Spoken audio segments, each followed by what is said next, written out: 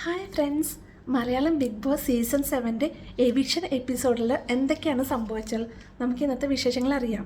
ആദ്യം തന്നെ കാണിക്കുന്ന നമ്മുടെ ലാലേട്ടൻ ഓഫ് വൈറ്റ് ഒരു സൂട്ടൊക്കെ ഇട്ട് അതിനകത്തൊരു ഗോൾഡൻ ഡ്രാഗണൊക്കെ സൈഡിലുണ്ട്. അങ്ങനെ വരികയാണ് കേട്ടോ. ഫസ്റ്റ് തന്നെ ഈ പ്രാവശ്യത്തെ ഡിസ്കസ് ചെയ്യുന്ന കാര്യങ്ങൾ പരാതിപ്പെട്ടിനെ പറ്റി പറയുന്നുണ്ട്. പിന്നെ എവിക്ഷൻ നടക്കുന്നുണ്ട്. അതിന് വളരെ പ്രത്യേകതകളുള്ളൊരു സീസണാണെന്ന് പറഞ്ഞിട്ടാണ് ഒരു ഇൻട്രോ കൊടുത്തിട്ടാണ് കേട്ടോ ലാലേട്ടൻ ആദ്യം തന്നെ സ്റ്റാർട്ട് ചെയ്യണത്. ഈ പ്രാവശ്യം എവിക്ഷൻ ലിസ്റ്റിലുള്ള ആൾക്കാരെല്ലാം എണീറ്റേക്കാൻ പറഞ്ഞു. ഫസ്റ്റ് തന്നെ നവീൻ. അപ്പോൾ അതിനകത്ത് നവീൻ, രഞ്ജിത്ത്, ആര്യൻ, ഗസേൽ, ശൈത്യ, അനുമോൾ, KB, ശാരിക, രേണു എന്നിവരാണ് എണീറ്റിരുന്നത് കേട്ടോ.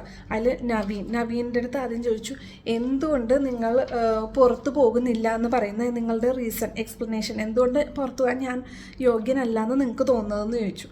അപ്പം ഞാൻ പുറത്തു പോയാൽ ശരിയാവില്ല. നവീൻ പറയാനുണ്ട്, ഞാൻ പുറത്തു പോയാൽ ഇവിടെ ശരിയാവില്ല, ഇവരുടെ മാനസിക നില തെറ്റിപ്പോവും ഞാൻ പുറത്തു പോയാൽ, എന്നെ പുറത്താക്കുമെന്ന് എനിക്ക് തോന്നുന്നില്ല എന്ന് പറഞ്ഞു.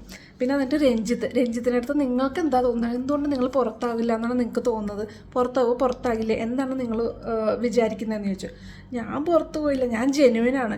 കിച്ചൺ ഡ്യൂട്ടിയിൽ പെട്ടുപോയതുകൊണ്ട് പല സംഭവങ്ങളിലും ഇടപെടാനൊന്നും പറ്റിയില്ല, എന്നാലും ഞാൻ സേഫാണെന്നാണ് എൻ്റെ ഒരു വിശ്വാസം എന്ന് പറഞ്ഞു. പിന്നെ അടുത്തത് ആര്യൻ പറഞ്ഞു, എനിക്കറിയില്ല എങ്ങനെയാണോ പ്രേക്ഷകരെന്താ തീരുമാനിച്ചതെന്ന് അറിയില്ല, എന്നാലും നിങ്ങൾക്കെന്താ തോന്നുന്നത്, പ്രേക്ഷകർക്ക് ഇഷ്ടമാവും തോന്നുന്നു, 100% അതിനാണ് ചാൻസ് എന്ന് പറയണം. ഓക്കെ. പിന്നെ അത് ഗസലിൻ്റെ അടുത്ത് എന്താണ് നിങ്ങളുടെ റീസൺ എന്ന് വെച്ചപ്പോൾ ഞാൻ നന്നായി കളിച്ചു, ഞാൻ പോകില്ല എന്ന് പറയുന്നുണ്ട്. പിന്നെ അതിൻ്റെ ശൈത്യ അടുത്ത് നിങ്ങൾക്ക് പോകില്ല എന്ന് തോന്നാനുള്ള റീസൺ എന്താണെന്ന് വെച്ചാൽ, എല്ലാവരോടും ഞാൻ നന്നായിട്ട് നിന്നിട്ടുണ്ട്, ഞാൻ വലിയ ബഹളത്തിനൊന്നും പോയിട്ടില്ല, നല്ല രീതിയിലൊക്കെയാണ് ഞാനിവിടെ നിന്നത്. അപ്പോൾ നല്ല രീതിയിൽ ഇവിടെ നിന്നു എന്ന് പറയുന്ന ഒരു റീസണാണോ, ജനങ്ങൾക്ക് ഇഷ്ടപ്പെടേണ്ടത് ചോദിച്ചാൽ അതും ഉണ്ട്, എന്നാലും ജനങ്ങൾക്ക് ഇഷ്ടമാകും തന്നെയാണ് എൻ്റെ ഒരു വിശ്വാസം. ഞാൻ അനാവശ്യമായിട്ടുള്ള ഒരു പ്രശ്നങ്ങൾക്കും പോയിട്ടില്ല എന്ന് പറഞ്ഞു. പിന്നെ അനുമോൾ പറഞ്ഞു, എനിക്ക് പോകില്ല എന്നാണ് എൻ്റെ ഒരു വിശ്വാസം, എനിക്കങ്ങനെയാണ് തോന്നുന്നതെന്ന് പറയുന്നു. പിന്നെ അതിൻ്റെ KB, ശാരിക പറഞ്ഞു, മാക്സിമം 100% എനിക്ക് ചെയ്യാൻ പറ്റുന്ന പോലെയൊക്കെ ഞാൻ ചെയ്തിട്ടുണ്ട്, ഞാൻ ജെന്യുവനായിട്ട് നിൽക്കുന്നുണ്ട്, ഇനിയിപ്പം എന്താണ് എല്ലാം ജനങ്ങൾ തീരുമാനിക്കട്ടെ എന്ന് പറയുന്നത്. പിന്നെ രേണു അറിയില്ല എന്ന് പറഞ്ഞാൽ എങ്ങനെ പറയാം, നിങ്ങൾക്ക് എന്താ തോന്നുന്നത്, നിങ്ങൾക്ക് പോകുന്നതാണോ പോവില്ല എന്നാണ് എന്താ തോന്നുന്നതെന്ന് വെച്ചാൽ, അത് പ്രേക്ഷകരുടെ ഇഷ്ടമല്ലേ, അങ്ങനെ പറയാൻ ഞങ്ങൾക്കും അറിയാമല്ലോ എന്ന് ലാലേട്ടൻ പറയുന്നുണ്ട്. അപ്പോൾ കണ്ടിന്യൂ ചെയ്യണമെന്നാണ് ആഗ്രഹം എന്ന് പറയുന്നുണ്ട് കേട്ടോ. പിന്നെ അത് കഴിഞ്ഞിട്ട് അപ്പോൾ തന്നെ നമ്മുടെ മുൻഷി രഞ്ജിത്തിനെ നമ്മൾ ലാലേട്ടൻ തിരിച്ചു വിളിക്കുകയാണ്, താങ്കളാണ് എവിക്റ്റഡ് ആയത്. അദ്ദേഹം യാതൊരു ഭാവഭേദവും ഇല്ലാണ്ട് വേഗം എണീറ്റ് അങ്ങോട്ട് പോവുകയാണ്. അപ്പോൾ എല്ലാവരും ചേട്ടാ നിൽക്ക് എന്നൊക്കെ പറഞ്ഞ് കുറേ പ്രാവശ്യം പുറകെ നടക്കുന്നുണ്ട്. പുള്ളിയും മറ്റേ കൺഫെഷൻ റൂമിൻ്റെ ഒക്കെ പോകുന്ന ആ ഭാഗത്ത് ഡോറിനോടൊപ്പം നിൽക്കുകയാണ്. അപ്പോൾ ലാലേട്ടൻ അവിടെ അനൗൺസ് ചെയ്തു, നിങ്ങളെല്ലാം മറ്റുള്ള എല്ലാവരുടെ അടുത്തും ഒന്ന് യാത്രയൊക്കെ പറഞ്ഞിട്ട് വരൂ, മെയിൻ ഗേറ്റിൽ കൂടിയാണ് പുറത്തേക്ക് പോകേണ്ടതെന്ന് പറഞ്ഞു. അങ്ങനെ പുള്ളി എന്നിട്ട് വേറെ ആരുടെ ഷൂസാണ് ഞാൻ ഇട്ടിരിക്കുന്നത്, ആ ഷൂസ് ഞാൻ മാറ്റിയിട്ടല്ലേ അവന് പ്രോബ്ലം എന്നൊക്കെ പറഞ്ഞ് ഷൂസൊക്കെ മാറ്റി എല്ലാവരും ചേട്ടാ എന്ന് പറഞ്ഞ് പുറകെ പോകുന്നുണ്ട്. ആൾക്ക് പെട്ടെന്ന് ഭയങ്കര ഫീലിങ്സ് ആയി തോന്നുന്നുണ്ട്. ആരോടും യാത്ര പറയാനൊന്നും അങ്ങനെ നിൽക്കുന്നില്ല. ജസ്റ്റ് 1-2 പേരൊന്ന് ഹഗ് ചെയ്തിട്ട് ആൾ വേഗം ഡോറ് തുറക്കണമെന്നും ചാടി പുറത്തേക്ക് പോയി. അപ്പോൾ എല്ലാവർക്കും ഭയങ്കര വിഷമമായിട്ടോ, ആരും പ്രതീക്ഷിച്ചില്ലല്ലോ അങ്ങനെ ഫസ്റ്റ് വീക്കിൽ തന്നെ എവിക്ഷൻ ആരും എക്സ്പെക്റ്റ് ചെയ്യാത്തതുകൊണ്ട് എല്ലാവർക്കും കുറച്ചങ്ങോട്ട് വിഷമമായി. പിന്നെ അത് കഴിഞ്ഞിട്ട് അപ്പം നവീൻ പറയുന്നുണ്ട്, ഞാൻ അടുത്ത ആഴ്ച വരാം, ഒന്ന് കത്തി ഫയറായിട്ട് വരുമായിരുന്നു എന്നൊക്കെ നമ്മുടെ നവീൻ പറയുന്നുണ്ട് കേട്ടോ. പിന്നെ അക്ബർ പറഞ്ഞ്, എന്നോടുള്ള പരിഭവം മാറ്റിയിട്ട് പോകുമെന്നാണ് ഞാൻ വിചാരിച്ചത്, എന്നോട് നല്ല ദേഷ്യമുണ്ടെന്നൊക്കെ അക്ബറും പറയുന്നുണ്ട്. പിന്നെ അടുത്ത സീനിൽ കാണിക്കുന്നത് ലാലേട്ടൻ, ഇനിയും കൂടുതൽ ആളുകൾ പോകാൻ സാധ്യതയുണ്ട്, അപ്പോൾ നമുക്ക് നോക്കാം എന്ന് പറയുന്നുണ്ട് കേട്ടോ. പിന്നെ ശൈത്യനെ വിളിച്ചിട്ട് അടുത്ത ആൾക്കാരുണ്ട്, ബാക്കിയുള്ള ആൾക്കാരുണ്ടോ എവിക്ഷനല്ല, അവരുടെ അടുത്ത് ചോദിച്ചു, എന്താണ് ഇപ്പോൾ ഉള്ള ഫീലിങ്സ് എന്താണെന്ന് ചോദിച്ചു. ഞാൻ എക്സ്പെക്റ്റ് ചെയ്തില്ല ചേട്ടൻ ഇങ്ങനെ ഇപ്പോൾ തന്നെ എവിക്റ്റഡ് ആവുമെന്ന് എക്സ്പെക്റ്റ് ചെയ്തില്ല എന്ന് പറയുന്നത് കേട്ടോ. അപ്പോൾ ലാലേട്ടൻ പറഞ്ഞു, വോട്ടിങ്ങൊക്കെ എപ്പോൾ വേണമെങ്കിലും അങ്ങോട്ടും ഇങ്ങോട്ടൊക്കെ മാറി മറിയാം, നമുക്കൊന്നും പറയാൻ പറ്റില്ല, ഓരോ ദിവസങ്ങളനുസരിച്ച് മാറാം എന്ന് പറയുന്നുണ്ട്. അനുമോള് പറഞ്ഞു, എനിക്ക് നിൽക്കാൻ പറ്റുന്നുള്ള കോൺഫിഡൻസ് ഉണ്ട് എന്ന് പറഞ്ഞു. അപ്പോൾ ലാലേട്ടൻ പറഞ്ഞു, എന്നാൽ കോൺഫിഡൻസ് ഉള്ള ആൾ ഇരുന്നോളൂ, നിങ്ങൾ സേഫാണെന്ന് പറഞ്ഞു. പിന്നെ ശൈത്യ പറഞ്ഞു, ഇനിയും നിന്നാൽ കളിക്കാം എന്നൊക്കെ ഉണ്ട്, അങ്ങനെയുള്ളൊരു കോൺഫിഡൻസ് ഉണ്ട് എന്ന് പറഞ്ഞു. അപ്പോൾ പറഞ്ഞു, യു ആർ ഓൾസോ സേഫ് എന്ന് പറഞ്ഞു. പിന്നെ അത് കഴിഞ്ഞിട്ട് പിന്നെ ബ്രേക്കിന് പോയി കഴിഞ്ഞപ്പോൾ നവീൻ, അപ്പോൾ ശൈത്യ ഭയങ്കര ഇങ്ങനെ എന്തോ കരഞ്ഞിട്ടൊക്കെ ഇങ്ങനെ ഇരിക്കുകയാണ്, കാരണം രഞ്ജിത്ത് ഔട്ടായല്ലോ. അപ്പോൾ അതിൻ്റെ വിഷമവും എല്ലാം കൂടെ ആയിട്ട്. പിന്നെ അവൻ പറഞ്ഞിട്ട് നീ എന്തിനാണ് പറയുന്നത്, നീ സേഫല്ലേ, ഞങ്ങൾ 4 പേരല്ലേ ഇനി ടെൻഷൻ അടിക്കേണ്ടത് എന്നൊക്കെ നവീൻ പറയുന്നുണ്ട് കേട്ടോ. എന്നിട്ട് നവീൻ പറഞ്ഞു ഞാൻ പോകുമ്പോൾ ബൈ ബൈ പറഞ്ഞിട്ട് ലാലേട്ടൻ ചന്ദനമണി ആ പാട്ടിടണം എന്നൊക്കെ ഞാൻ പറയും കേട്ടോ എന്നൊക്കെ പറഞ്ഞു കേട്ടോ. പിന്നെ അത് കഴിഞ്ഞിട്ട് ബ്രേക്ക് കഴിഞ്ഞിട്ട് തിരിച്ചു വന്നു. പിന്നെ പറയുന്നത് പരാതിപ്പെട്ടിനെ പറ്റിയാണേ. പരാതിപ്പെട്ടി എടുത്തു. പരാതിപ്പെട്ടി 2 ബോക്സ് വെച്ചിട്ടുണ്ട്. ഒരു ബോക്സ് നിറച്ച് നമ്മുടെ അനീഷിനെ പറ്റിയുള്ള പരാതികളാണ്, മറ്റേത് അതേഴ്സിനെ പറ്റിയുള്ള ബാക്കിയുള്ളവരെ പറ്റിയുള്ള പരാതികളാണ് കേട്ടോ. അതിലപ്പം അനീഷിനെ പറ്റിയുള്ള പരാതികളാണ് ഫസ്റ്റ് ഡിസ്കസ് ചെയ്തിട്ടോ. ആദ്യം തന്നെ ആദില നൂറ അവർ ചോദിച്ചു നിങ്ങൾക്ക് എന്താണ് അനീഷിനെ പറ്റി പരാതിയുള്ളത് എന്ന് ചോദിക്കുന്നുണ്ട്. അപ്പോൾ ഒരു ക്യാപ്റ്റനാന്ന് പറഞ്ഞിട്ടുന്ന കാര്യം ഞങ്ങൾ പറഞ്ഞു ഒന്നും കേൾക്കുന്നില്ല, ഞങ്ങളെ ഇഗ്നോർ ചെയ്യുന്നു, ഒറ്റപ്പെടൽ സ്ട്രാറ്റജിയാണ് എടുക്കുന്നത്, എന്തെങ്കിലും ഒരു കാര്യം വെച്ചാൽ അപ്പം മറുചോദ്യമാണ് ഇങ്ങോട്ട്, അല്ലെങ്കിൽ നമ്മൾ പറഞ്ഞ ഒന്നും അങ്ങോട്ട് കേൾക്കുന്നില്ല എന്ന് പറയുന്നുണ്ട്. അപ്പോൾ അനീഷ് ഞാൻ മിങ്കിൾ ചെയ്യുന്നുണ്ട്, ഞാൻ എന്നെ തെറ്റായിട്ട് ഇവർ വ്യാഖ്യാനിക്കുകയാണ്, ഞാൻ അങ്ങനെയൊന്നുമല്ല, ഞാൻ പ്രോപ്പറായിട്ട് മിങ്കിൾ ചെയ്യുന്നുണ്ട് എന്നൊക്കെ പറയണം. ഈ ആദിലയും നോറയും അതുപോലെ അനീഷും കൂടെയുള്ള ഒരു സംസാരത്തിൻ്റെ വീഡിയോ ക്ലിപ്പിങ്സ് അവിടെ കാണിക്കുന്നുണ്ട്. ഒരു ഡൈനിങ് റൂമിൽ ഇരുന്നിട്ട് അവർ സംസാരിക്കുന്നതാണ്. അപ്പോൾ നോറ ആദിലേനെ അനീഷ് കുറ്റപ്പെടുത്തുന്നു, നിങ്ങൾ ഫാമിലിയായിട്ട് കോൺടാക്ട് ചെയ്യാൻ ശ്രമിക്കുന്നില്ല എന്നൊക്കെ പറഞ്ഞപ്പോൾ ഇവർ തിരിച്ച് പറയുന്നത് ഞങ്ങൾ ഫാമിലിയായിട്ട് കോൺടാക്ട് ചെയ്യാൻ ശ്രമിക്കുന്നുണ്ട്, ഞങ്ങൾക്കെപ്പോഴും ഞങ്ങളുടെ ഫാമിലി തന്നെയാണ് വലുത്, പക്ഷേ അവർ നമ്മളെ മനസ്സിലാക്കുന്നില്ല എന്നൊക്കെ പറഞ്ഞിട്ട് അവർ അപ്പോൾ പറഞ്ഞ ലാസ്റ്റായിട്ട് നിങ്ങൾ എപ്പോഴും നിങ്ങളുടെ ഫാമിലീനെ കോൺടാക്ട് ചെയ്തതെന്ന് അന്വേഷിച്ച് ചോദിച്ചു. 1 year ആയി എന്ന് പറഞ്ഞു. കണ്ടോ അതാണ് പറഞ്ഞത്. അപ്പോൾ ഇവർ പറഞ്ഞാൽ ഞങ്ങൾ ട്രൈ ചെയ്യുന്നുണ്ട് പക്ഷേ അതൊന്നും നടക്കുന്നില്ല എന്നൊക്കെ പറഞ്ഞ് പിന്നെ അവർ തമ്മിൽ ഒരു ഫൈറ്റും ഒക്കെയാണ് കാണിക്കുന്നത് കേട്ടോ. അത് കഴിഞ്ഞിട്ട് അനീഷ് വന്നിട്ട് ക്യാമറയുടെ മുമ്പിൽ വന്നിട്ട് പറയണം ബിഗ് ബോസ് പറ്റുമെങ്കിൽ അവരുടെ ഫാമിലീനെ ഒന്ന് ഹൗസിലേക്ക് കൊണ്ടുവരുമോ, അവർക്ക് നല്ലൊരു ലൈഫ് ഉണ്ടാവട്ടെ, അങ്ങനെ അവരുടെ പിണക്കമൊന്ന് മാറ്റാൻ വേണ്ടി എന്തെങ്കിലും ചെയ്യണം എന്നൊക്കെ പറഞ്ഞു. അത് കഴിഞ്ഞിട്ട് പിന്നെ അനീഷ് പറഞ്ഞു എന്നെ ഏറ്റവും കൂടുതൽ ഇവർ ചൊറിയുന്നുണ്ട്, അതിലെന്നെ പ്രൊവോക്ക് ചെയ്തിട്ടുണ്ട്, പിന്നെ അതിലെന്നോട് സംസാരിക്കുന്നില്ല, അവരുടെ അടുത്ത് ഞാൻ പറയുന്നത് ഫാമിലി കൂടെ ഉണ്ടെങ്കിൽ ഒരു റോങ് ഇൻറ്റൻഷനൊന്നും ഉണ്ടാവില്ല, എല്ലാവർക്കും വളരെ സന്തോഷത്തോടെ ജീവിക്കാം, അതാണ് ഞാൻ ഉദ്ദേശിച്ചത്, നല്ല ഉദ്ദേശത്തോടെയാണ് ഞാൻ സംസാരിച്ചതെന്നൊക്കെ അനീഷ് പറയുന്നുണ്ട്. അപ്പോൾ ലാലേട്ടൻ പറഞ്ഞു അനീഷേ ഇപ്പം അവരുടെ ആക്ച്വൽ പ്രോബ്ലം എന്താണെന്ന് നമുക്കറിയില്ല, നമ്മൾ അത്രയ്ക്ക് അങ്ങോട്ട് സംസാരിച്ചിട്ടില്ല, അവരുടെ ഡീറ്റെയിലൊന്നും ചോദിച്ചിട്ടില്ല. ഇപ്പം അനീഷ് എന്നെ പറയുന്നതിൽ സോറി, എന്നാലും ഞാൻ പറയാണ് നിങ്ങൾ ഡൈവേഴ്സ്ഡ് ആയിട്ടുള്ള ഒരാളാണ്, അപ്പോൾ നിങ്ങളുടെ അടുത്ത് വേറൊരാൾ വന്നിട്ട് പറയാം ഞാൻ നിങ്ങൾ എന്നെ കൂടെ ഒരുമിച്ചിട്ട് സംസാരിപ്പിക്കാം, നിങ്ങളെ ഒന്നിപ്പിക്കാം എന്നൊക്കെ പറഞ്ഞ് വന്നിട്ടുണ്ടെങ്കിൽ എന്തായിരിക്കും നിങ്ങളുടെ മാനസികാവസ്ഥ. അപ്പോൾ എല്ലാവരും ക്ലാപ്പ് അടിച്ചു വിട്ടാ. എന്നിട്ട് നിങ്ങൾക്ക് തിരിച്ച് എങ്ങനെയാണ് അതിനുള്ള ഉത്തരം പറയാൻ പറ്റുമെന്ന് ചോദിച്ചു. അപ്പം അനീഷ് അത് ശരിയാണ്, എന്നാലും ഞാൻ നല്ല ഉദ്ദേശത്തോടു കൂടിയാണ്, മോശമായിട്ടൊന്നും ഞാൻ വിചാരിച്ചിട്ടില്ല എന്ന് അനീഷ് പറയണ്ടേ.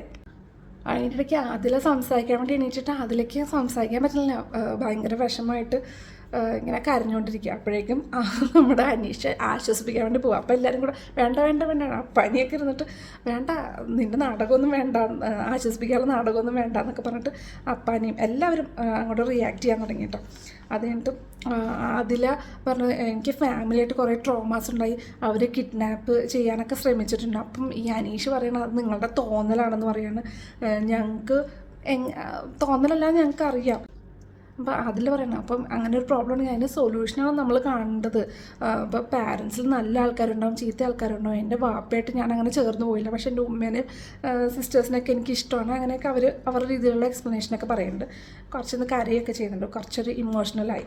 പിന്നെ അതിനുശേഷം അഭിലാഷ് പറഞ്ഞ് ഞങ്ങളൊക്കെ നിർഗിഷ്ട ജീവികളാണ്, ആരുമായിട്ട് ബന്ധം വെക്കില്ല, നിങ്ങളുടെ നാട്ടിലും വീട്ടിലോട്ടും ഒന്നും അടുപ്പിക്കില്ല, ഞങ്ങൾ എന്താണ് എന്നെ ഒറ്റപ്പെടുത്തുകയാണെന്നൊക്കെ പറഞ്ഞിട്ട് ഇയാൾ ഇങ്ങനെ പറയുന്നുണ്ട് എന്നൊക്കെ പറയും. അപ്പോൾ അനീഷ് പറഞ്ഞ് അങ്ങനെയല്ല, നോമിനേഷനിൽ ഇല്ല എന്നറിഞ്ഞപ്പോൾ എല്ലാവരും കൂടി എന്നെ അറ്റാക്ക് ചെയ്യാൻ തുടങ്ങി. അപ്പോൾ എനിക്ക് എല്ലാവരുടെ സ്വഭാവം കറക്റ്റായിട്ട് മനസ്സിലായി, ആരെയും എനിക്ക് അടുപ്പിക്കാൻ ഇഷ്ടമില്ല, അവർക്ക് ഡയറക്റ്റായിട്ട് എന്തെങ്കിലും എൻ്റെ അടുത്ത് പറയണമെങ്കിൽ പറയണമായിരുന്നു, പക്ഷേ ആ നോമിനേഷൻ്റെ ലിസ്റ്റ് വന്നു കഴിഞ്ഞപ്പോഴാണ് എല്ലാവരും കൂടെ ഒറ്റയ്ക്ക് പ്രതികരിച്ചത്. അപ്പം എനിക്ക് ആരെയും വിശ്വാസമില്ല, എല്ലാവരും കണക്ക് തന്നെ എന്നൊക്കെ പറഞ്ഞു.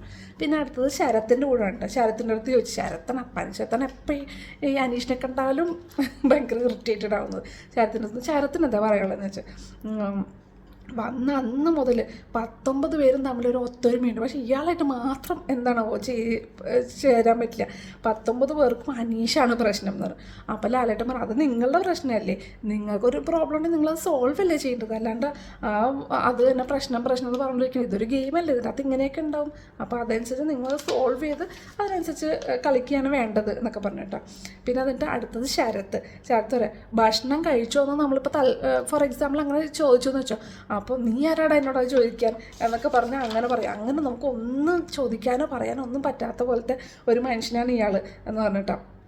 അപ്പോഴേക്കും ലാലേട്ടൻ പറഞ്ഞു, നിങ്ങൾ അയാളുടെ സ്വഭാവം ഇതാണെന്ന് നിങ്ങൾക്കറിയാം, പിന്നെ നിങ്ങൾ എന്തിനാണ് അങ്ങോട്ട് ഭക്ഷണം കഴിക്കാൻ പോയോ എന്ന് ചോദിക്കാൻ പോണത് എന്ന് ചോദിച്ചു.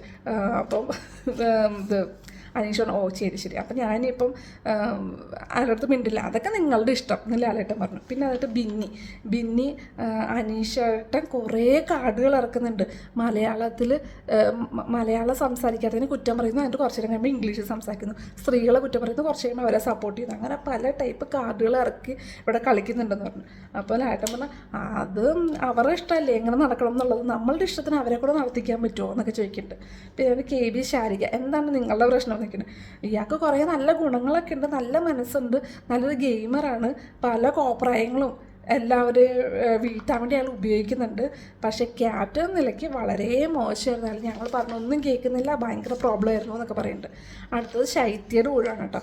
ശൈത്യം ആളുകളുടെ ഡിഗ്നിറ്റീനെ നശിപ്പിക്കുന്ന രീതിയിലാണ് അയാൾ സംസാരിക്കുന്നത്. പിന്നെ അനുമോളെ വളരെ മോശമായി ഭക്ഷണത്തിന് മുമ്പിൽ വെച്ചിട്ട് അയാൾ സംസാരിച്ചു. ശരത്തിന് അഭിനയം കൊള്ളില്ല എന്നൊക്കെ പറഞ്ഞു. പിന്നെ നൂറ അതിലയുടെ ഫാമിലിയിലെ ഇഷ്യൂസിലൊക്കെ ഇടപെട്ടു എന്നൊക്കെ പറയാം. അനീഷ് പറഞ്ഞു, ശരത്തിൻ്റെ അഭിനയം കൊള്ളില്ലെന്ന് ഞാൻ പറഞ്ഞിട്ടൊന്നും ഇല്ല എന്ന് പറയുന്നുണ്ട്. പിന്നെ എന്നിട്ട് ആകാശത്തുനിന്ന് താഴത്തേക്ക് വന്ന് ഭൂമിയിൽ നിൽക്കുന്നൊക്കെ അനുവിൻ്റെ അടുത്ത് പറഞ്ഞിട്ടുണ്ടായിരുന്നു പറഞ്ഞു. അപ്പോൾ അനു പറഞ്ഞ്, ജയിലിൽ വെച്ചിട്ട് ഇയാളെന്നെ വളരെ മോശമായിട്ട് പറഞ്ഞു, നിങ്ങൾ ആകാശത്താണ് ഭൂമിയിലൊന്നും ഇല്ല എന്നൊക്കെ പറഞ്ഞു. അപ്പോൾ അനീഷ് പറഞ്ഞു, അനുമോള് ചെയ്ത പ്രവൃത്തി ശരിയല്ല, അത് എന്തോ ഒരു അണ്ടർ ഗാർമെൻസിൻ്റെ പ്രോബ്ലം വന്നു, ആ സമയത്ത് ആരാണ് ഇഷ്യൂ ഉണ്ടാക്കിയെന്നുള്ള അനുമോൾ എൻ്റെ അടുത്ത് ഇതുവരെ പറഞ്ഞിട്ടില്ല എന്നൊക്കെ പറഞ്ഞിട്ട്. അത് പക്ഷേ ഗസലിന് ഭയങ്കര മോശമായിട്ട് അതൊക്കെ പറഞ്ഞ കാര്യം.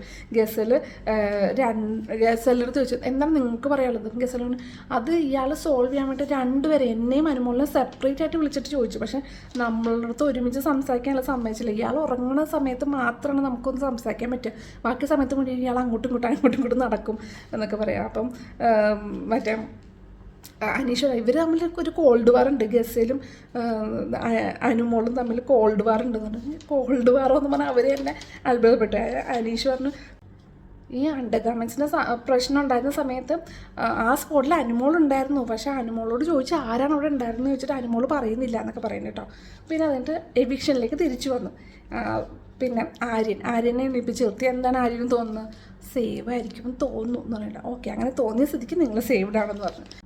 ശാരികയുടെ അഭിപ്രായം എന്താണെന്ന് ചോദിച്ചു. അങ്ങനെ എൻ്റെ ഗെയിം കാണാൻ എല്ലാവർക്കും താല്പര്യം ഉണ്ടാവുമെന്ന് വിശ്വസിക്കുന്നു എന്ന് പറഞ്ഞു. എന്നാൽ അങ്ങനെ വിശ്വസിക്കുന്നുണ്ടെങ്കിൽ നിങ്ങളും സേവ്ഡ് എന്ന് പറഞ്ഞു. പിന്നെ അത് കഴിഞ്ഞിട്ട് ബ്രേക്കാണ് കേട്ടോ. ബ്രേക്കിന് പോയ സമയത്ത് അനീഷ് അനുമോളും കൂടെ സംസാരിക്കണേ. അമ്മ അനീഷ് പറഞ്ഞു, അനുമോൾ പേര് പറയൂ, ആരാണ് ആ അണ്ടർ ഗാർമെൻസിനെ പറ്റി സംസാരിച്ച് ആരായിരുന്നു, പേര് പറയൂ എന്ന് പറഞ്ഞു. ചേട്ടനോട് പറയാൻ താല്പര്യമില്ല അനുമോൾ പറഞ്ഞു. ആസ് എ ക്യാപ്റ്റൻ എന്തുകൊണ്ട് ഞാൻ പറയുന്നത് കേട്ടില്ല, എൻ്റെ പരാതിയൊന്നും ചേട്ടൻ കേട്ടില്ലല്ലോ, പിന്നെ എന്താണ് ചേട്ടൻ പറയുന്നത് ഞാൻ കേൾക്കണം എന്നൊക്കെ പറഞ്ഞു. അപ്പം മറ്റേ അനീഷ് പറഞ്ഞു, കൃത്യമായ നിലപാട് ഉണ്ടെങ്കിൽ നീ പറഞ്ഞേ പറ്റൂ, കൃത്യമായ നിലപാടുണ്ടെങ്കിൽ പറഞ്ഞേ പറ്റൂ, ഇത് തന്നെ റിപ്പീറ്റ് ചെയ്ത് പറഞ്ഞു 2-3 പ്രാവശ്യം. അപ്പം ആകാശത്ത് ഭൂമിയിലേക്ക് ഇറങ്ങി വന്ന് നിൽക്കണം എന്നൊക്കെ അനീഷ് പറയാൻ കേട്ടോ. അപ്പം ഇത് കേൾക്കുമ്പോൾ എല്ലാവർക്കും കൂടെ ദേഷ്യം വന്നിട്ട് അനീഷിൻ്റെ അടുത്ത് ദേഷ്യം വന്നിട്ട്. അപ്പം അപ്പാനെയും അബിയും ഭയങ്കര ദേഷ്യം, നീ ഒരുപാട് കിടന്ന് ഡയലോഗ് അടിക്കാതെ, എല്ലാവർക്കും അറിയാം എന്താ സംഭവിച്ചതെന്ന് അറിയാം എന്നൊക്കെ പറയാം. ഓരോരുത്തരും മനസ്സിലാക്കിയിരിക്കണം എന്ന് പറഞ്ഞ് റിപ്പീറ്റ് ചെയ്തിട്ട് അനീഷ് ഒരേ കാര്യം തന്നെ വീണ്ടും ഇങ്ങനെ പറഞ്ഞുകൊണ്ടിരിക്കുക കേട്ടോ. അപ്പം മറ്റേ അപ്പാനെയല്ല, നിനക്ക് അത്രയും വാല്യൂ തന്നിട്ടുള്ളൂ. ഈ പ്രാവശ്യം അപ്പാനേക്കാളും നമ്മുടെ അഭിലാഷാണ് കേട്ടോ ഭയങ്കര ചൂടാവണത് ഈ അനീഷിൻ്റെ അടുത്ത്. അത് അഭിലാഷ് പറയും, നിനക്ക് അത്ര വാല്യൂ ഞങ്ങൾ തന്നിട്ടുള്ളൂ, തുടയ്ക്കാനൊരു തുണി ഒഴിച്ചിട്ട് എന്തോ നാടാ ഇത്, ഡയലോഗ് അടിക്കാതെ അങ്ങോട്ടും ഇങ്ങോട്ടും വെറുതെ നടന്നുകൊണ്ട് ഇങ്ങനെ ഡയലോഗ് അടിക്കുക, ഇത് തന്നെ നിൻ്റെ പണിയെന്ന് പറയും. അപ്പം മറ്റേ അനീഷ്, ഡയലോഗ് അടിച്ചാൽ നീ എന്ത് ചെയ്യും, ഒരു 5-6 പ്രാവശ്യം അത് തന്നെ പറഞ്ഞുകൊണ്ടിരിക്കുക കേട്ടോ. പിന്നെ ബ്രേക്ക് കഴിഞ്ഞ് തിരിച്ച് വന്നപ്പോൾ നമ്മൾ ലാലേട്ടൻ ചോദിക്കുന്നുണ്ട്, ഒണിയിലിൻ്റെ കംപ്ലയിൻറ്റ് എന്താണ്, ബിന്നിനെ പറ്റിയുള്ള കംപ്ലയിൻറ്റ് എന്താണ് ചോദിക്കുക. അപ്പോൾ ഒരു ഹിപ്പോക്രസിയാണ്, എല്ലാം തിരിച്ചു മറിച്ചൊക്കെ ഇങ്ങനെ പറയുന്നുണ്ട്. ബിന്നിയുടെ പ്രശ്നം എന്താണെന്നിരിക്കും. അപ്പം ബിന്നി ഏറ്റവും വലിയ വിഷമാണ് എന്ന് പറഞ്ഞു. പറയാൻ കാരണം എന്താ വെച്ചാൽ പറഞ്ഞു, അവർക്കൊരു ലേഡീസ് ഗ്രൂപ്പ് ഉണ്ട്, നമ്മുടെ അക്ബറും അപ്പാനിയൊക്കെ ഉള്ള പോലെ ഇവർക്കൊരു ലേഡീസ് ഗ്രൂപ്പ് ഉണ്ടെന്ന് പറഞ്ഞു. അക്ബറിന് എക്സ്ട്രാ ഫുഡ് കൊടുത്തു, പിന്നെ ഗസലാകെ ഉരുളക്കിഴങ്ങൊക്കെ കഴിക്കുള്ളൂ, പിന്നെ മറ്റേ ശൈത്യം അവരൊക്കെ വെജാണ്, എന്നിട്ട് അവർക്കൊരു എക്സ്ട്രാ ബർഗർ എടുത്തതിന് അക്ബർ എടുത്തതിന് ക്വസ്റ്റ്യൻ ചെയ്തു എന്നൊക്കെ പറഞ്ഞു. അപ്പം ബിന്നിയുടെ അടുത്ത് എന്താ സംഭവം ഉണ്ടായെന്ന് ചോദിച്ചു. ബിന്നി പറഞ്ഞു അങ്ങനെ ഒരു സംഭവം ഞാൻ അറിഞ്ഞിട്ടേ ഇല്ല, അങ്ങനെയല്ല, വെജ് ബർഗർ എടുത്തോണ്ടല്ല പറഞ്ഞത്, എത്ര പേരുണ്ട് വെജെന്ന് ഞാൻ ജസ്റ്റ് ഒന്ന് കണക്കറിയാൻ വേണ്ടി ചോദിച്ചെന്നേ ഉള്ളൂ. അത് പക്ഷെ അതാരും കേൾക്കാൻ തയ്യാറായില്ല, എല്ലാവരും കൂടെ എന്നെ ചാടി കടിക്കാൻ വേണ്ടി വരിക. പിന്നീട് അവിടെ കേൾക്കാൻ വേണ്ടി റെഡി ആയിട്ടുള്ള കുറച്ച് പേരുടെ അടുത്ത് ഞാൻ പ്രോപ്പറായിട്ടുള്ള ക്ലാരിഫിക്കേഷൻ പറഞ്ഞിട്ടുണ്ടെന്ന് അറിയാം. പിന്നെ അതിന് അടുത്തത് അനുമോൾ അക്ബർ പ്രോബ്ലം. അപ്പം അക്ബറിൻ്റെ നോട്ടം ശരിയല്ല എന്നൊക്കെ പറഞ്ഞിരുന്നോ എന്ന് ചോദിക്കും. അപ്പോൾ അനുമോൾ അങ്ങനെ ഞാൻ പറഞ്ഞിട്ടില്ല, നോട്ടം ശരിയല്ല എന്ന് പറഞ്ഞിട്ടില്ല. പറഞ്ഞ ഇപ്പം ഞാൻ പറഞ്ഞ കള്ള എന്നാണ് നിങ്ങൾ പറയണത് നമ്മുടെ ലാലേട്ടൻ ചോദിക്കുക. എന്നാൽ ഒരു കാര്യം, നമുക്ക് അതിൻ്റെ വീഡിയോ കണ്ടിട്ട് വരാമെന്ന് പറഞ്ഞിട്ട് അതിൻ്റെ വീഡിയോ കാണിക്കണം.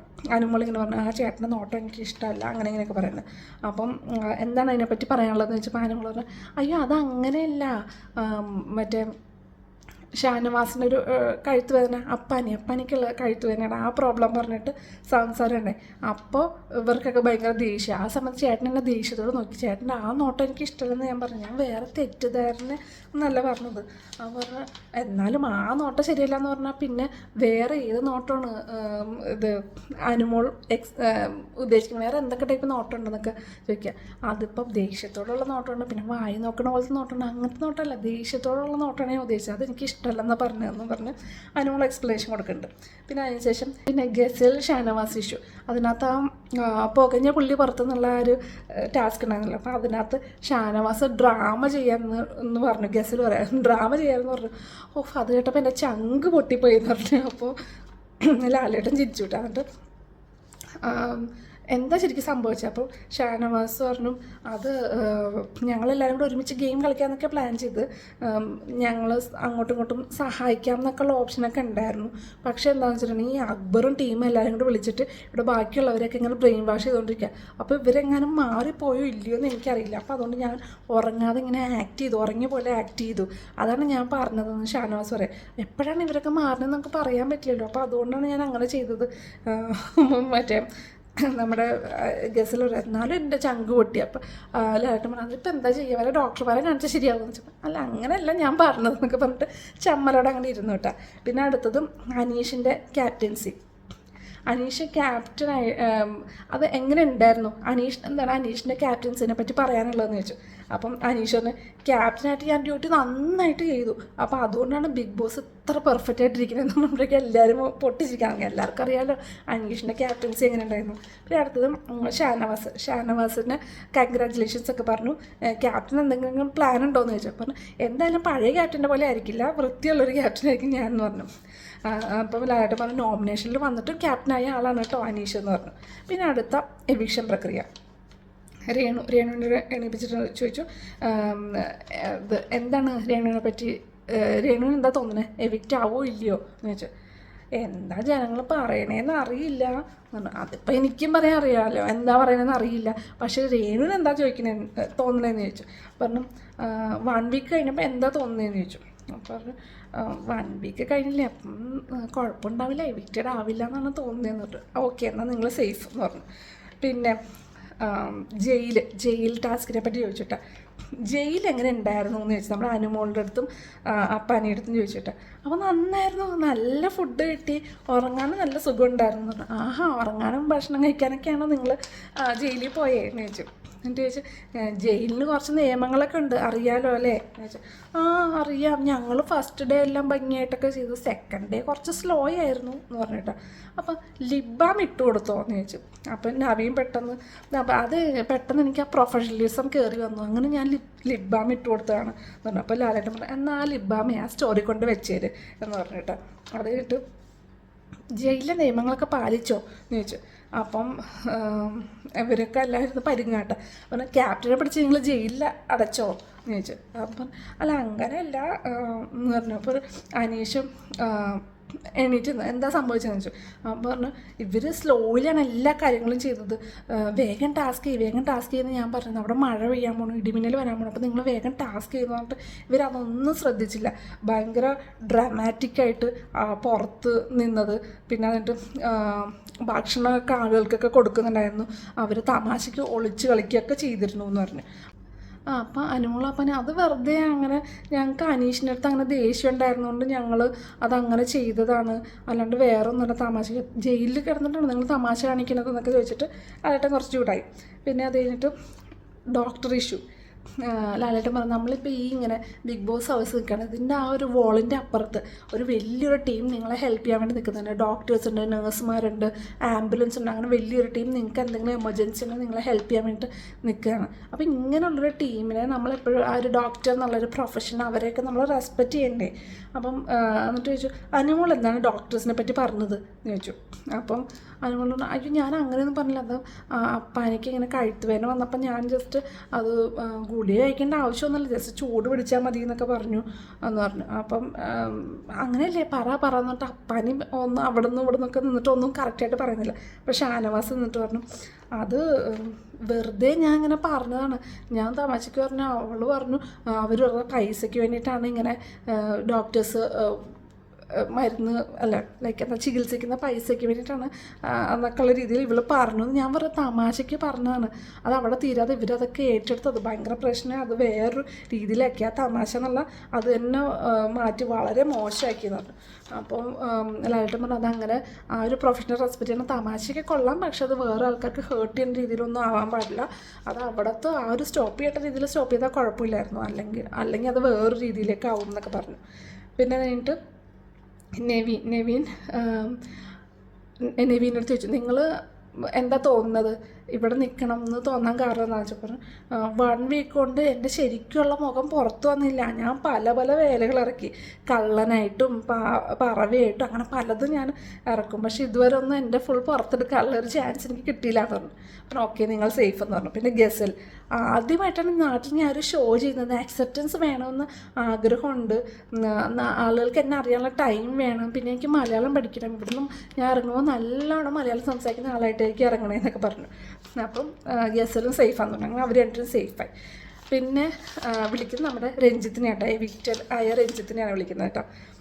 രഞ്ജിത്തിനെ വിളിച്ചിട്ട് എങ്ങനെയുണ്ടായിരുന്നു രഞ്ജിത്ത് ബിഗ് ബോസ് ഹൗസ് എന്നൊക്കെ ചോദിച്ചു. അപ്പോൾ നല്ലൊരു അനുഭവം ആയിരുന്നു, പ്രയാസമുള്ള ഗെയിംസാണ്, എന്നാലും ഞാൻ കിച്ചണിൽ പെട്ടുപോയതുകൊണ്ട് അങ്ങനെ അധികം കാര്യങ്ങളിലൊന്നും ഇടപെടാൻ പറ്റിയില്ല എന്ന് പറയുന്നുണ്ട്. പിന്നെ തന്നെയല്ല ഞാൻ തോറ്റൊന്നുമല്ല പോകുന്നത്, ഇവിടെ ഈ പ്ലാറ്റ്ഫോമിൽ വന്ന് 1 വീക്ക് നിൽക്കാൻ പറ്റിയതിനൊരു ജയമായിട്ട് ഞാൻ കാണുന്നു എന്നൊക്കെ പറയുന്നുണ്ട്.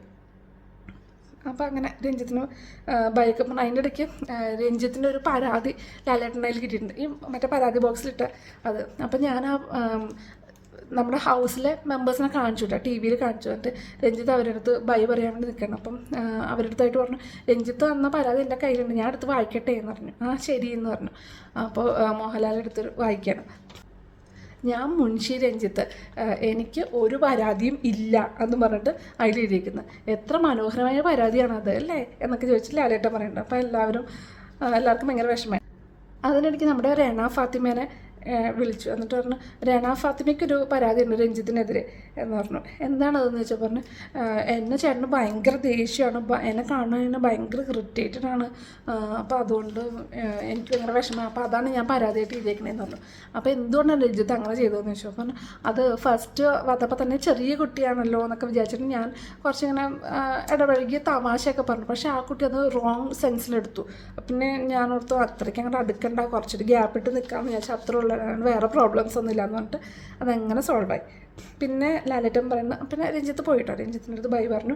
പിന്നെ ലാലേട്ടൻ പറയുന്നത്, ഇന്ന് നിങ്ങളിപ്പോൾ ഇട്ടേക്കുന്ന ഡ്രസ്സ് നിങ്ങൾ തിരിച്ചു കൊടുക്കുക, അതിന് വേറൊരു സെറ്റ് ഓഫ് ഡ്രസ്സ് നിങ്ങൾക്ക് വരും, അത് നിങ്ങൾക്ക് ഇന്ന് മുതൽ യൂസ് ചെയ്യാം. പിന്നെ മിഡ് വീക്ക് എവിക്ഷനൊക്കെ ഉണ്ടാവാൻ ചാൻസ് ഉണ്ട് എന്നൊക്കെ പറയുന്നത് കേട്ടോ. പിന്നെ അത് കഴിഞ്ഞിട്ട് അപ്പോൾ ഇന്നത്തോടെ ഈ എപ്പിസോഡ് കഴിഞ്ഞു എന്നൊക്കെ പറഞ്ഞ് ലാലേട്ടൻ ബൈ പറഞ്ഞു പോയി. പിന്നെ അതുകഴിഞ്ഞിട്ട് കാണിക്കുന്ന സീനും നമ്മുടെ അനീഷും നൂറ ആദില അവർ തമ്മിലുള്ള ടോക്കാണ്. അപ്പോൾ അനീഷ് പറഞ്ഞു, നിങ്ങൾക്ക് അപ്പോഴേ എൻ്റെ അടുത്ത് പ്രോപ്പറായിട്ട് സംസാരിക്കായിരുന്നില്ലേ എന്നൊക്കെ ചോദിക്കുക.